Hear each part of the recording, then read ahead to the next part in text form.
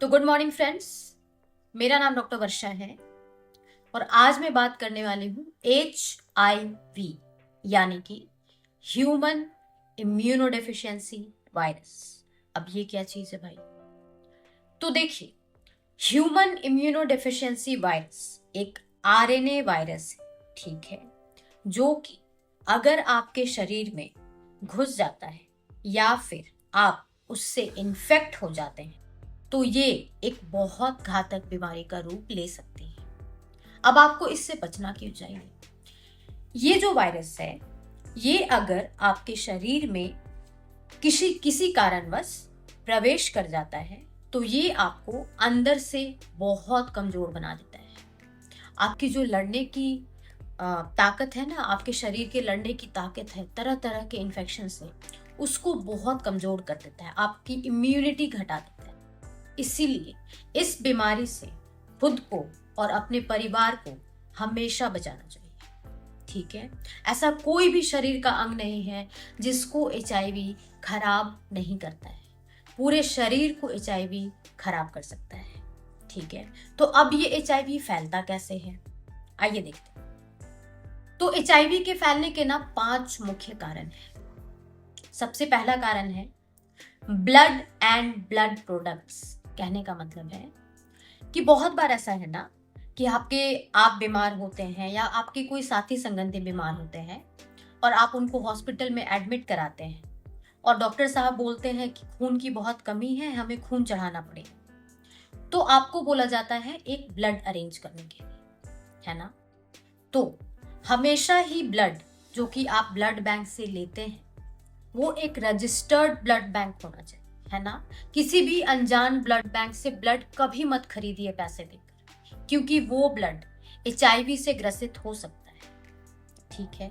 अगर उस खून की देने वाले इंसान की अच्छे से जांच नहीं की गई है तो हो सकता है कि उस इंसान को HIV है और उसका खून लेकर ब्लड बैंक वाले, जो अनलाइसेंस्ड ब्लड बैंक वाले होते हैं ना, उसका टेस्ट नहीं करते हैं और ये ब्लड अगर आप खरीद कर एक अनलाइसेंस्ड ब्लड बैंक से या ऐसे ही कोई किसी भी क्वैक से खरीद कर चढ़ा देते हैं अपने मरीज को, तो बहुत चांसेस है कि आपके मरीज को HIV हो जाएगा, ठीक है। दूसरा कारण है अनप्रोटेक्टेड सेक्सुअल इंटरकोर्स। ये क्या होता है?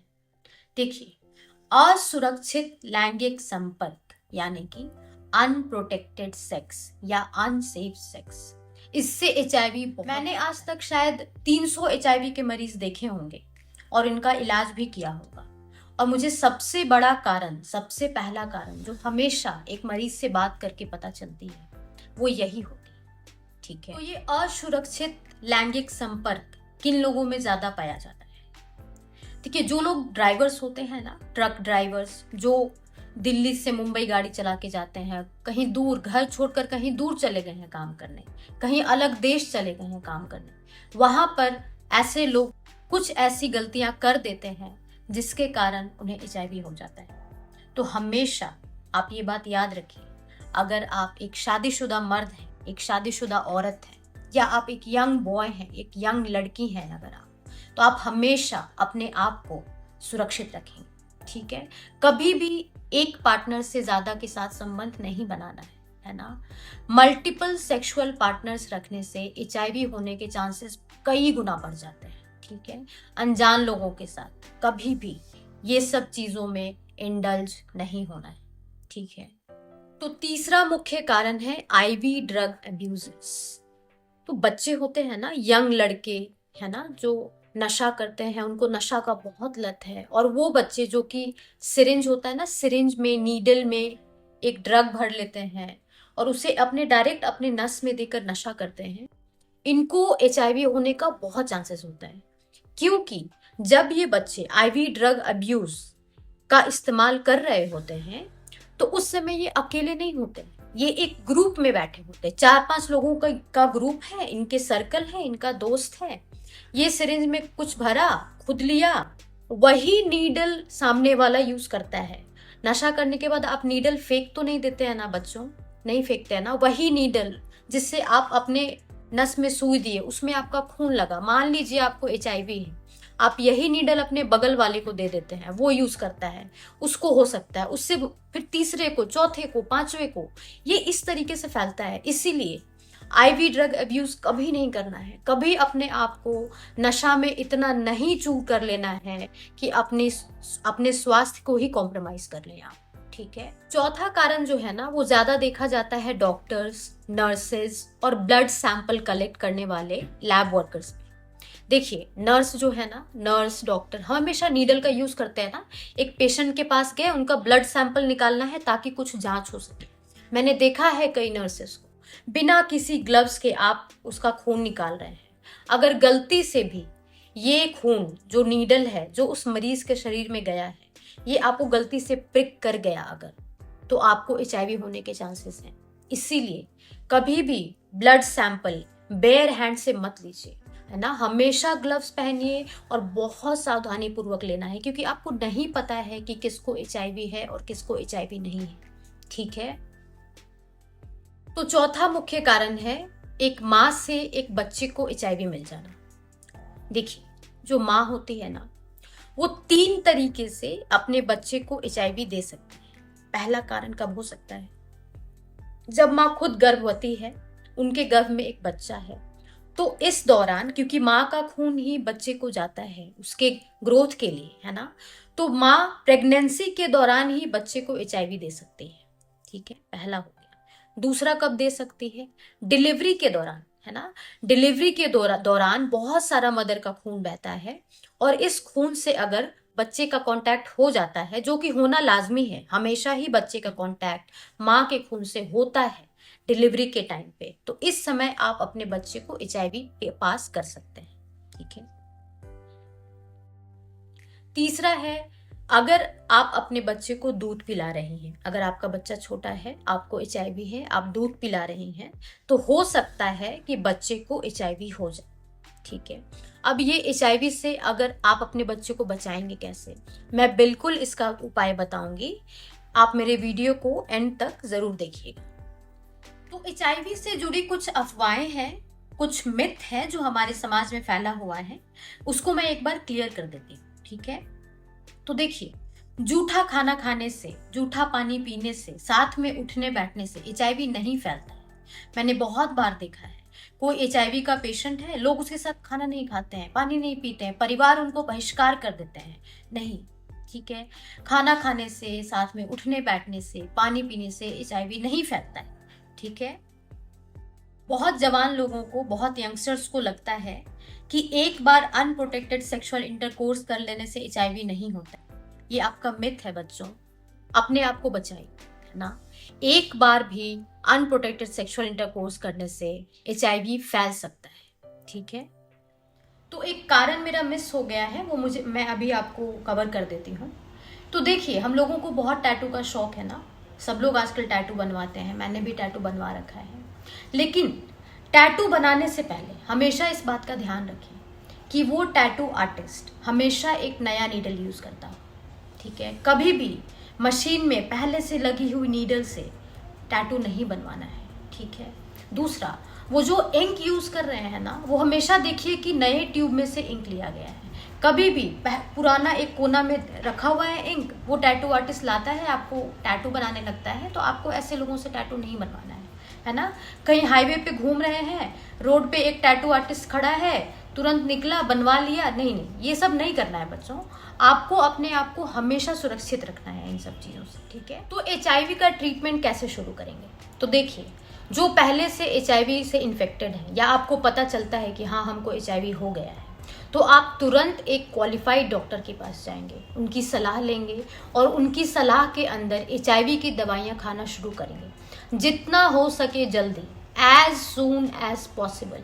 इसी दिन, इसी घंटे, इसी मिनट जाके दवाई शुरू करेंगे, ठीक है। अगर आपको पता चलता है कि आप एचआईवी पॉजिटिव हैं तो।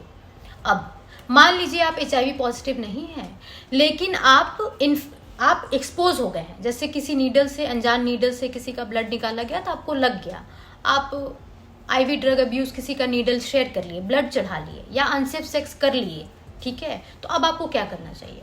अगर आपने हाई रिस्क बिहेवियर दिखाया है तो आप उस इंसान का जो आपको लगता है कि उसको HIV है या पहले से HIV हो सकता है, आप उस इंसान का दोबारा जांच करा के हमेशा कंफर्म करिए कि उसको HIV है कि नहीं।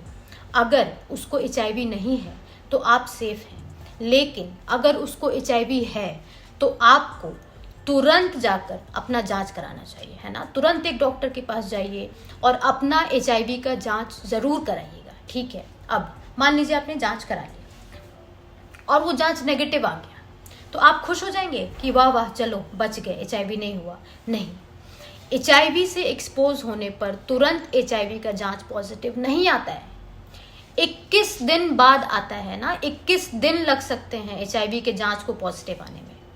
मान लीजिए आपने जांच कराया और आपका तुरंत ही पॉजिटिव आ गया, इसका क्या मतलब है, आपको पहले से ही HIV था, आपके इस लापरवाह व्यवहार के कारण आपको HIV हो चुका है, ठीक है। तो अब क्या करना है, तो अगर आपका टेस्ट नेगेटिव भी आता है HIV से, अगर आप HIV से एक्सपोज्ड हैं, सामने वाले को HIV था, आपको हो गया, लेकिन आपका टेस्ट फिलहाल नेगेटिव है, तो आपको दवाई खानी है कि नहीं खानी है? क्या लगता है आप, नहीं खानी है? नहीं, बहुत गलत लगता है।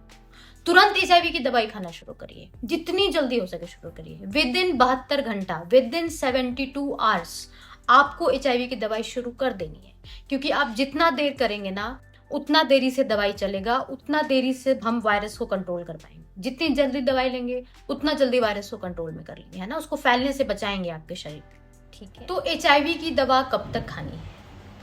अगर आपको सच में HIV हो गया है, आपका रिजल्ट पॉजिटिव है, तो आपको हो सकता है कि HIV का दवाई जिंदगी भर खाना पड़ेगा, ठीक है। आपको कुछ हो नहीं रहा है, इसका मतलब ये मत सोचिए कि HIV है तो हमको तो कुछ हो ही नहीं रहा है, हमको तो कोई लक्षण ही नहीं है, तो आप नहीं खाएंगे, तो ये बहुत गलत करेंगे आप, है ना। जिंदगी भर HIV की दवाई खानी है और हमेशा हर 6 महीने पे अपने डॉक्टर से मिलते रहना है, अपना जांच कराते रहना है, HIV वायरस कितना लोड बढ़ा है घटा है सब देखते रहना है अपने डॉक्टर के साथ, ठीक है। ये मैंने बताया उन लोगों के लिए जिनका HIV टेस्ट पॉजिटिव आ गया है। अभी इसके कुछ देर पहले मैं बता रही थी ना कि आपको टेस्ट पॉजिटिव आया हो चाहे नहीं आया हो, आपको दवाई तुरंत शुरू कर देनी है। तो आप जैसे लोग दवाई अब कब तक खाएंगे, क्योंकि अभी तो आप फिलहाल नेगेटिव हैं, बस आप एक्सपोज हुए हैं, तो आपको मिनिमम 28 दिन, याद रखेंगे, एक दिन ना कम एक दिन ना ज्यादा, 28 दिन HIV की दवाई जरूर खानी है, ठीक है। और ये HIV की दवाई खा ली 28 दिन तो क्या करेंगे, छोड़ देंगे? नहीं, जाकर दोबारा अपना जांच कराइए 28 दिन के बाद। हालांकि उस समय 21 दिन मैंने बोला था कि 21 दिन बाद टेस्ट पॉजिटिव आता है। 28 दिन दवाई खा लिया आपने, जाकर HIV का जांच करा लीजिए। अगर HIV की जांच नेगेटिव है तो आप अब जरूर खुश हो सकते हैं कि हाँ चलो अब HIV नहीं। और सबसे लास्ट और सबसे इम्पोर्टेंट बात, एक माँ, एक गर्भवती माँ अपने बच्चे को HIV से कैसे बचा सकती है। तो देखिए, अगर आप गर्भवती हैं, आप प्रेग्नेंट हैं, आपने टेस्ट कराया, आपका टेस्ट पॉजिटिव आ गया, तो तुरंत HIV की दवाई आपको भी खानी है। अगर आप तुरंत HIV की दवाई अपने पूरी प्रेगनेंसी के दौरान और प्रेगनेंसी के बाद भी कंटिन्यू करती हैं, तो आपके बच्चे में HIV होने के चांसेस न के बराबर है। दवाई खाते हुए HIV के चांसेस न के बराबर हैं आपके बच्चे में, या फिर लेस देन 1%। सोचिए, दवाई खाते हुए लेस देन 1% या न के बराबर चांस है आपके बच्चे को HIV होने। तो HIV की दवाई आप तुरंत शुरू करेंगे अगर आपको पता चलता है कि आप प्रेग्नेंट है तो। हाँ, HIV की दवाई खाने से बहुत लोग को लग रहा है कि मेरे बच्चे पे असर तो नहीं पड़ेगा। नहीं असर पड़ेगा। आज जो HIV की दवाई मार्केट में अवेलेबल है उससे आपके बच्चे के ग्रोथ पर कोई असर नहीं है, कोई प्रभाव नहीं, ठीक है। अगर आप HIV से ग्रसित हैं, प्रेग्नेंट महिलाएं, और अगर आप दवाई नहीं खाते हैं, सोचती हैं कि नहीं बच्चा हो जाएगा तब दवाई खाएंगे, तो आपके बच्चे को HIV होने के चांसेस 30% हो जाते हैं। बिना दवाई के HIV होने के चांसेस 30% हो जाते हैं, ठीक है।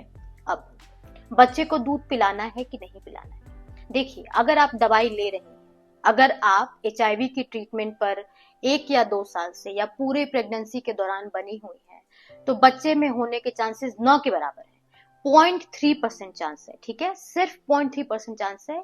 इसलिए अपने बच्चे को दूध अवश्य पिलाना है ना। अगर आप दवाई ले रही हैं तो आप अपने बच्चे को दूध अवश्य पिलाएं। अगर आप नहीं ले रही हैं तो बिल्कुल आपसे रिक्वेस्ट है, आप जरूर डॉक्टर से मिलेंगे, है ना, क्योंकि आप अपने बच्चे को HIV दे देंगे दूध पिलाने के दौरान, है ना। तो HIV की दवाई खानी है, खाते हुए बच्चे को पूरा पोषण देना है, कभी भी फॉर्मूला मिल्क या इस पे ज्यादा रिलाई नहीं करना है। अब अगर आप दूध पिला रही हैं तो कितने दिन तक दूध पिलाएंगे? जैसे नॉर्मल माताएं हैं ना जिनको HIV नहीं है, तो वो 1.5 साल 2 साल दूध पिलाती हैं। आपको कब तक पिलाना है अगर आप HIV ग्रसित हैं? तो सिर्फ 6 महीना, सिर्फ 6 महीना आप अपने बच्चे को दूध पिलाएंगे। 6 महीने के बाद आप फॉर्मूला फीडिंग या काउ मिल्क पर जा सकते हैं। 6 महीने के बाद दवाई लेते हुए भी कोशिश करना है कि बच्चे को दूध नहीं पिलाना है, क्योंकि 6 महीने के बाद बच्चे को होने के चांसेस बढ़ जाते हैं। ठीक है, तो आशा करती हूँ आपको ये वीडियो पसंद आया होगा, और जो लोग मेरे चैनल पर नए हैं वो मेरे चैनल को लाइक शेयर सब्सक्राइब कर सकते हैं, या जो लोग मुझसे राय जानना चाहते हैं, HIV के बारे में कंसल्ट लेना चाहते हैं, तो मैं ऑनलाइन वीडियो कंसल्टेशन भी देती हूँ। ठीक है, चलिए bye bye, thank you and take care.